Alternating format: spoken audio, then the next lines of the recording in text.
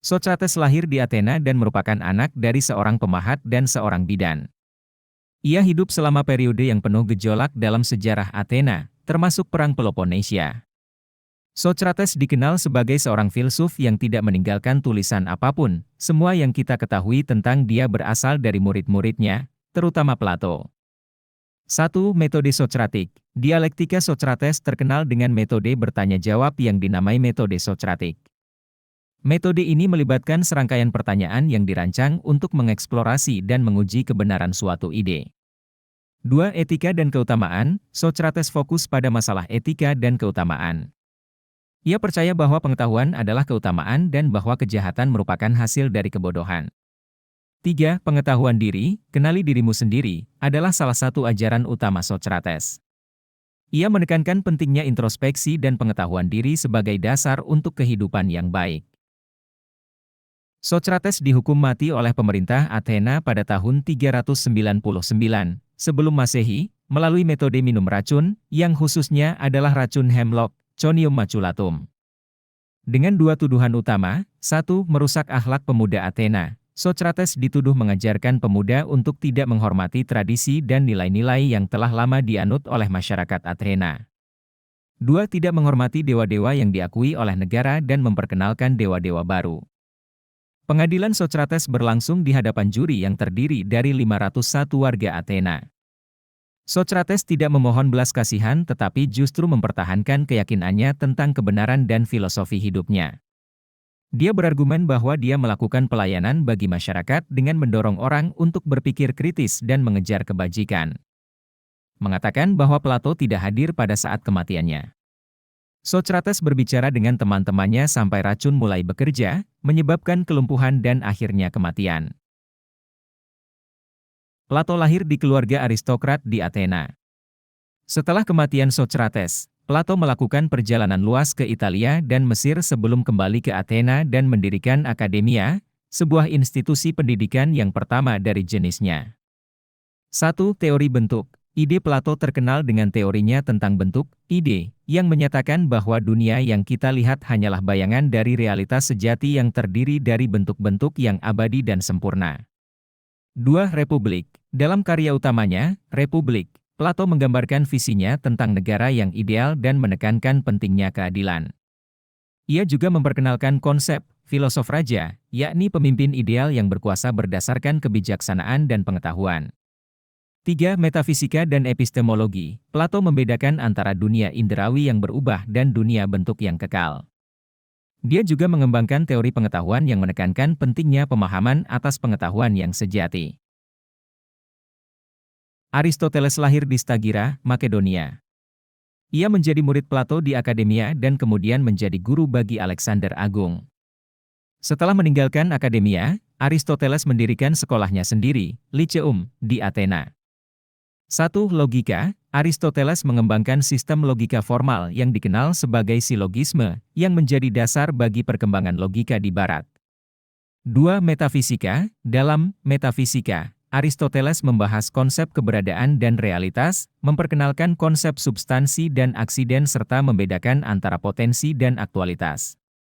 3. Etika. Dalam Nicomachean Ethics, Aristoteles memaparkan konsep etika kebajikan, yang menekankan pentingnya keseimbangan, mesotes, dan kebajikan sebagai jalan menuju eudaimonia, kebahagiaan atau kesejahteraan. 4. Politik.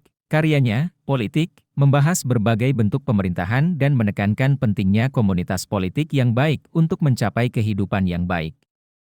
Aristoteles menulis banyak karya dalam berbagai bidang termasuk biologi, fisika, metafisika, etika, politik, dan logika. Metodenya yang empirik dan sistematis sangat mempengaruhi ilmu pengetahuan dan filsafat Barat.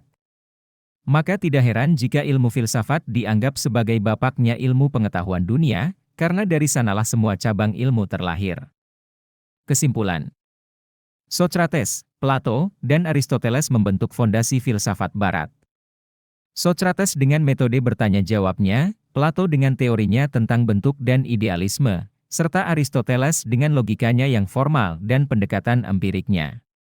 Ketiganya juga mendirikan sekolah-sekolah yang menjadi pusat pendidikan dan pemikiran filosofis, berkontribusi besar dalam perkembangan pendidikan di Yunani kuno dan memberikan warisan intelektual yang bertahan hingga kini. Pengaruh pendidikan Yunani terhadap Romawi sangat besar dan mendalam, terutama setelah penaklukan Yunani oleh Romawi pada abad kedua sebelum Masehi. Pendidikan Yunani yang berpusat pada perkembangan intelektual, filsafat, seni, dan sastra diadopsi dan diadaptasi oleh Romawi dalam beberapa cara yang signifikan, dibagi ke dalam 3 bagian besar. 1. Bahasa Yunani menjadi bahasa kedua bagi orang Romawi terpelajar. Banyak orang Romawi kaya dan berpengaruh yang belajar bahasa Yunani dan membaca literatur Yunani. Literatur Yunani, karya-karya sastra Yunani, seperti epik Homer, tragedi Sophocles dan Euripides, serta filsafat Plato dan Aristoteles, menjadi bagian dari kurikulum pendidikan Romawi. 2. Filsafat dan ilmu pengetahuan, pemikiran filsafat Yunani seperti Stoikisme dan Epikureanisme sangat mempengaruhi pemikiran Romawi. Orang Romawi terpelajar seperti Seneca dan Marcus Aurelius banyak terinspirasi oleh filsuf Yunani. Ilmu pengetahuan, teori-teori ilmiah dari Yunani juga diadopsi oleh Romawi. Misalnya, karya-karya medis Hippocrates dan Galen, serta matematika dan astronomi dari Pythagoras dan Archimedes, sangat berpengaruh. 3. Pendidikan formal, gaya pendidikan. Sistem pendidikan Romawi mengadopsi banyak aspek dari pendidikan Yunani, termasuk struktur sekolah, metode pengajaran, dan materi pelajaran. Sekolah-sekolah Romawi mengajarkan tata bahasa, retorika, dan filsafat, yang semuanya merupakan pilar pendidikan Yunani. 1. Sekolah-sekolah yang didirikan oleh guru-guru Yunani mulai muncul di Roma. Banyak keluarga Romawi kaya mempekerjakan guru pribadi dari Yunani untuk mengajar anak-anak mereka. Gramatikus dan retor, di Romawi, pendidikan dibagi menjadi beberapa tahap dengan guru khusus, yaitu gramatikus, guru tata bahasa, dan retor, guru retorika. Sistem ini merupakan adaptasi dari pendidikan Yunani. 2. Kurikulum trivium dan quadrivium, meskipun konsep trivium, tata bahasa, logika, dan retorika, dan quadrivium, aritmetika, geometri, musik, dan astronomi, berkembang lebih lanjut di abad pertengahan, dasarnya berasal dari struktur pendidikan Yunani yang diadopsi oleh Romawi.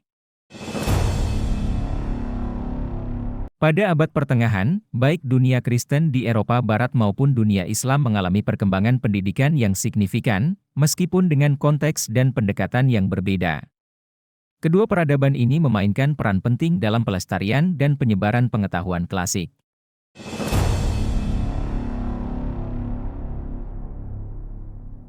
1.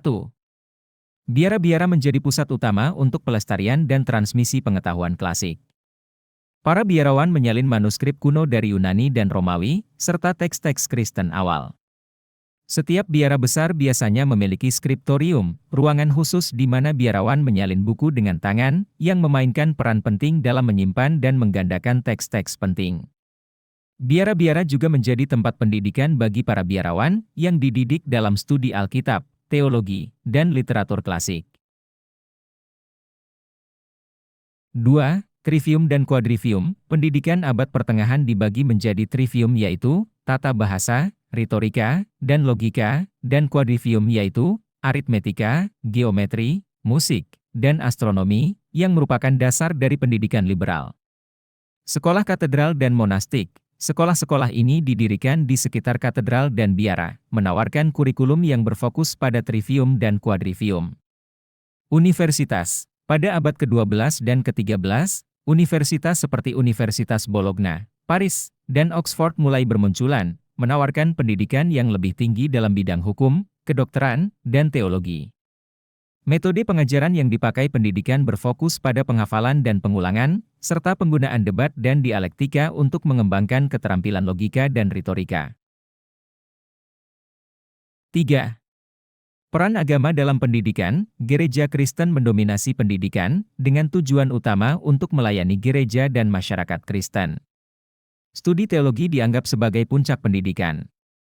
Pengajaran moral dan etika, pendidikan juga mencakup pengajaran moral dan etika Kristen, mengajarkan nilai-nilai agama dan cara hidup sesuai ajaran Kristen. Pendidikan bagi kaum awam, gereja juga mendirikan sekolah paroki untuk kaum awam, memberikan pendidikan dasar dalam membaca, menulis, dan dasar-dasar agama Kristen.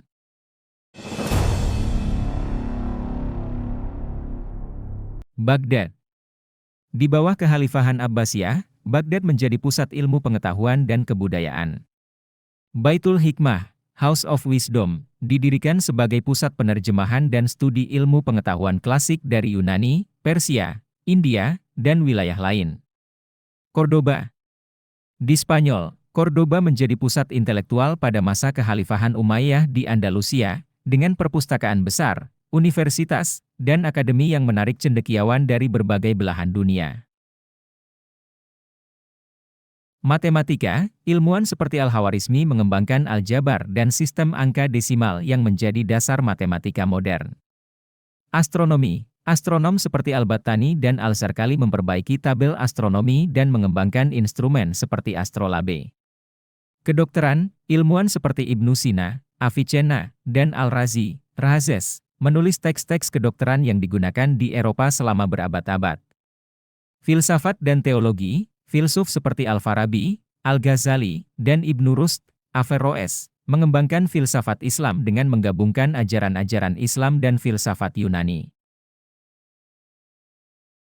Madrasah, pendidikan formal dilakukan di madrasah, yang mengajarkan berbagai ilmu termasuk teologi, hukum Islam, fiqh, sastra, ilmu pengetahuan alam, dan filsafat.